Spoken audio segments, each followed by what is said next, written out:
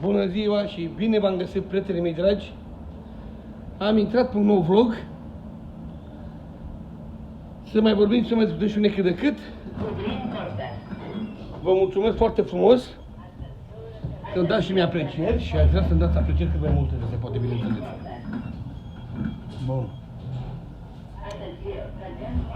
Ce vreau să vă zic? Am terminat și astăzi.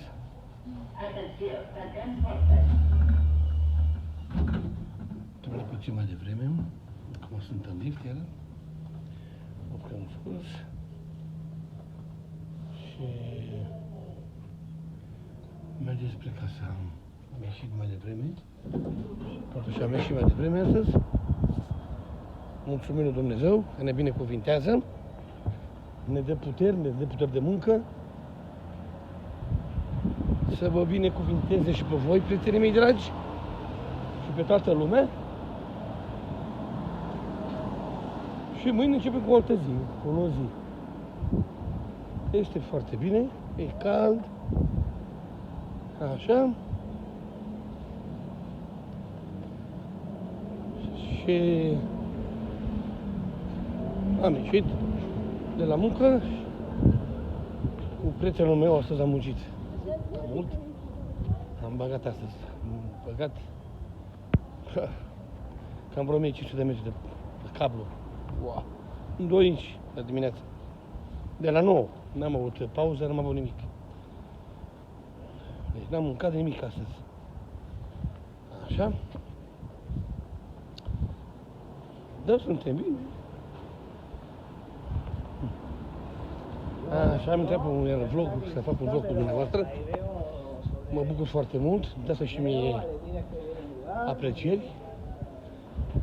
Vă răspund la întrebări dacă îmi spuneți, la orice întrebare vă răspund. Și vreau să am și 1000 de abonați. Vă rog frumos, abonați-vă la Crăceva Țire de la Barcelona. Vă rog foarte frumos, nu mă lăsați, vă rog frumos. Fac zi de zi, fac câte un videoclip de 10 minute. Pentru că aș face mai mult, dar nu știu dacă funcționează sau nu funcționează.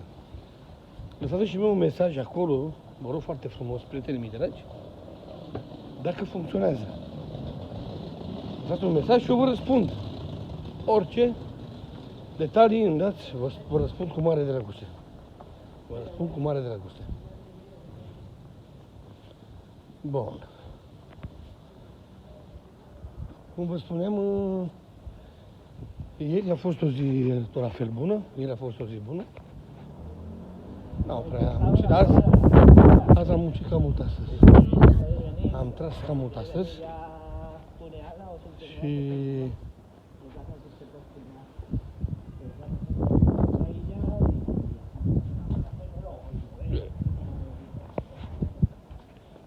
cum v-am spus,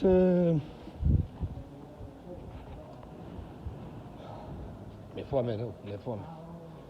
E cuvântul meu, dacă nu mi-e foame, e rău de tot. N-am mâncat nimic. Mi-a ieșit tubul aici la buză. Așa. N-am băut apă de la apă.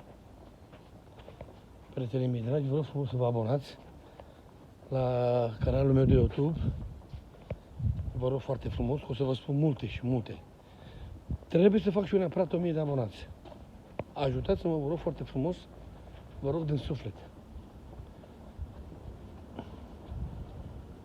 Ajutați-mă să fac 1000 de abonați și o să fiu recunoscător față de dumneavoastră cu tot ce vreți dumneavoastră. Așa.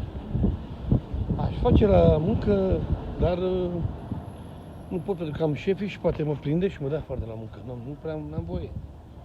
Eu aș vrea să fac la muncă, să fac un videoclip. Să fac un videoclip acolo, dar nu pot pentru că mi-e frică. La pauză nu pot iar nici pauză. Odată iau, odată nu iau pauză.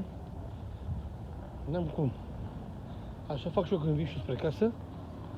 Și mâine o să fac, mâine vinerea la ora 1, am ora 1 mâine. Pentru că mâine este zi scurtă.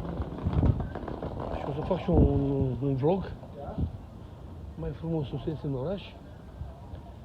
O să ies în oraș și o să ies un pic cu niște prieteni și o să fac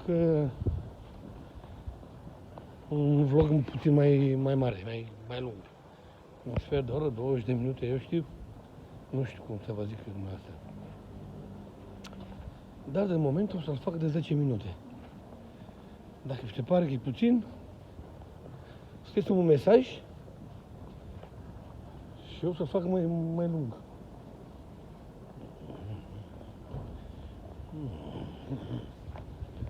Da, prietenii mei dragi.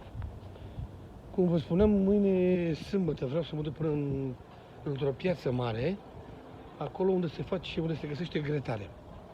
Vreau să-mi iau un grătar, să-l cumpăr direct.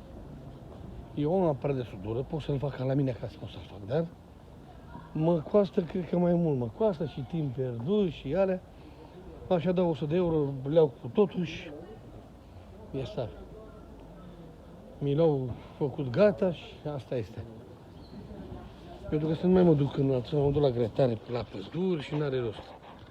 Îmi pun la mine acolo sus, pe ăsta, pe terasă, că am o terasă mare eu. O să vedem odată când o să fac un grătar, când o să fac grătarele, o să fac grătare, o să vină prietenii mei, o să fie mulți prieteni, o să fie frumos, o să vă încânte foarte mult cum o să fie acolo când îi dea drumul la grătar. De moment nu am grătar, că aș face grătar, dar nu am. De asta zic că vreau să mă duc să-mi iau... Vreau să-mi iau un grătar. Să-mi cumpăr un grătar, să pot să facem o carne cu grătar, o friptură bună de vițel, de vită. Da, un mușchi țigănesc. Așa. Pui, curcan, mici, toate cele. Trebuie să-mi iau apă, uitați-mă. Vreau să-mi iau 2 baxuri de apă, uitați-mă.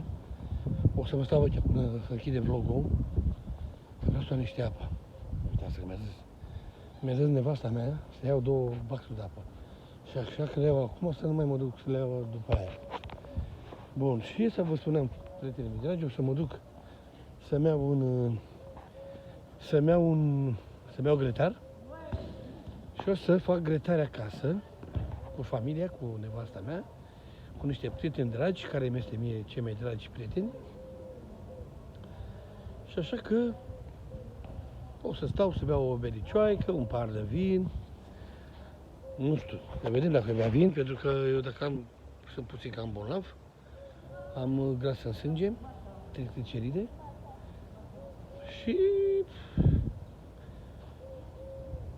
o să beau un suc, o să beau un ceai, eu știu, să vedem acum, nu. Băutură nu o să beau acum, pentru că nu are rost. Luna care vine este Paștele la catolici, aici,